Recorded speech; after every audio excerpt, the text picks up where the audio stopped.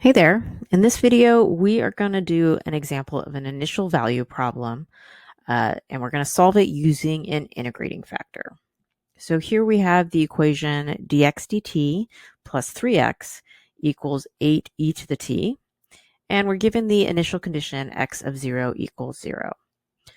Okay, so first thing we're going to do is make sure this is in standard form.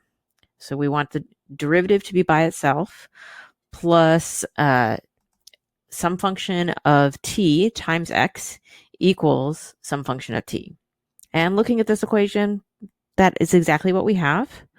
The derivatives by itself, then the term next to it is just something in terms of t times x, and then I only have t's on the right side of the equation.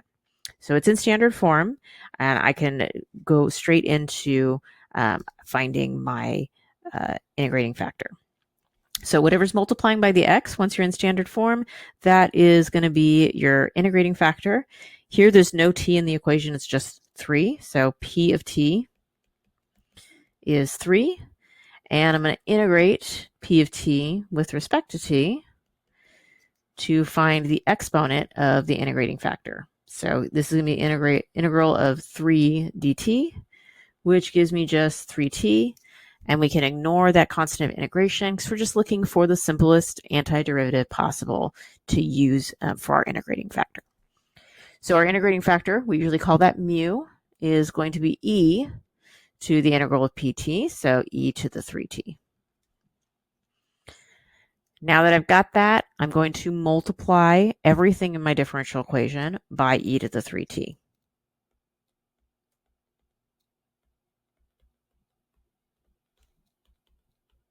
So I have e to the 3t dx dt plus 3e to the 3t times x equals 8 e to the 3t times e to the t would give me an e to the 4t on the right.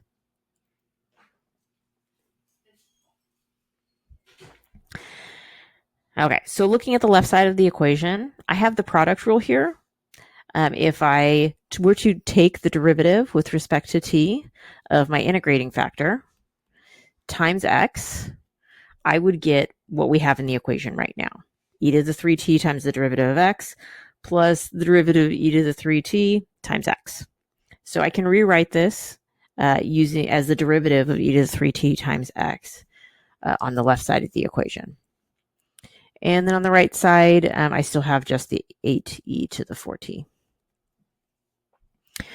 Okay, so the next step is to get rid of that derivative that we have on the left side. So I'm going to integrate both sides of this equation with respect to t.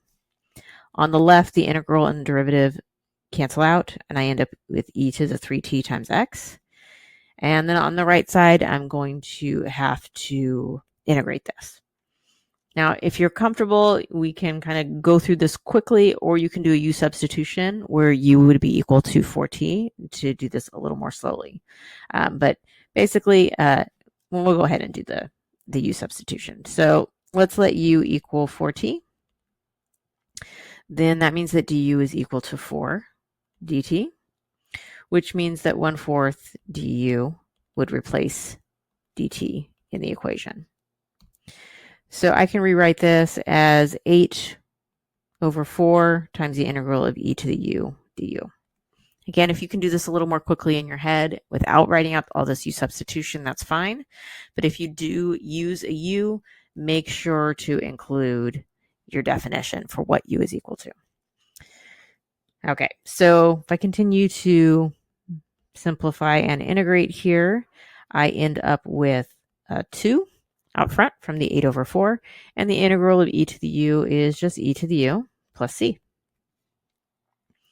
So I'll go ahead and reverse that u substitution now to get back to x's and t's. So this becomes 2 times e to the 4t again, plus c.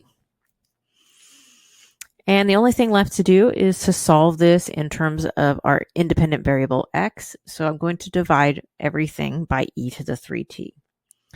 That'll give me an x on the left. And then I still have 2 out front. E to the 4t divided by e to the 3t would be just e to the 1t. And then the constant of integration divided by e to the 3t would give me c e to the negative 3t, or c over e to the 3t, whichever you prefer.